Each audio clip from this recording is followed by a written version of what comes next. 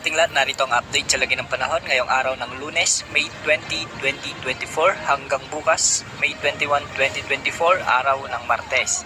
Sa ngayon ay easterlies at localized thunderstorms ang nakakaapekto sa ating bansa.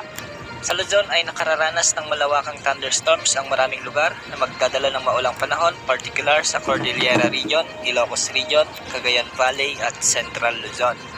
May itinaas din ang pag-asa na thunderstorms advisory sa bahagi ng Metro Manila, Bulacan, Pampanga, Tarlac, Batangas, Cavite, Quezon Province, Laguna at Bataan. Posible rin ang pag-ulan ngayong gabi sa ilang bahagi ng Southern Luzon, Mimaropa, Calabarzon at Bicol Region. Sa Visayas ay mataas din ang tsansa ng pag-ulan sa bahagi ng Capiz, Antique, Aklan, Negros Occidental, Northern Leyte, Samar at Northern Samar. Maging handa rin sa mga thunderstorms sa mga nakatira sa bahagi ng Zamboanga Peninsula, Soc-Sargent, Davao Region at Sulu Archipelago. Dahil sa patuloy na pag-transition ng panahon patungo sa tag-ulan, asahan na mas dadalas pa ang mararanasang mga thunderstorms lalo na pagsapit ng hapon at gabi. Samantala, dalawang low pressure area ang binabantayan ngayon sa labas ng ating Philippine Area of Responsibility. Ang una ay ang Invest 93W na nasa silangan ng Mindanao.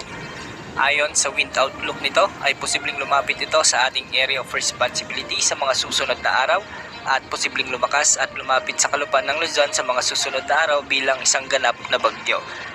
Ang pangalawang low pressure area naman ay makikita naman malapit sa bansang China. Malawak ang sakop nitong kaulapan kaya bahagyang umaabot ang extension nito sa West Philippine Sea. Ayon sa outlook naman nito ay mababa ang tsansa nitong lumakas bilang bagyo pero magdadala naman ito ng malalakas na pag-ulan sa mga kalapit na lugar na hagip ng kaulapan nito. Mababa naman ang tsansa na makaapekto ang mga low pressure area na ito sa susunod na 48 oras sa ating bansa. Sa ngayon ay patuloy natin itong i-monitor dahil posible pang magbago ang ipinapakita ng mga weather models. Wala ring nakataas na gale warning ngayong araw sa mga karagatang sakop ng ating bansa. Narito naman ang wind outlook mula sa ECMWF model ukol sa low pressure area na nasa silangan ng Mindanao.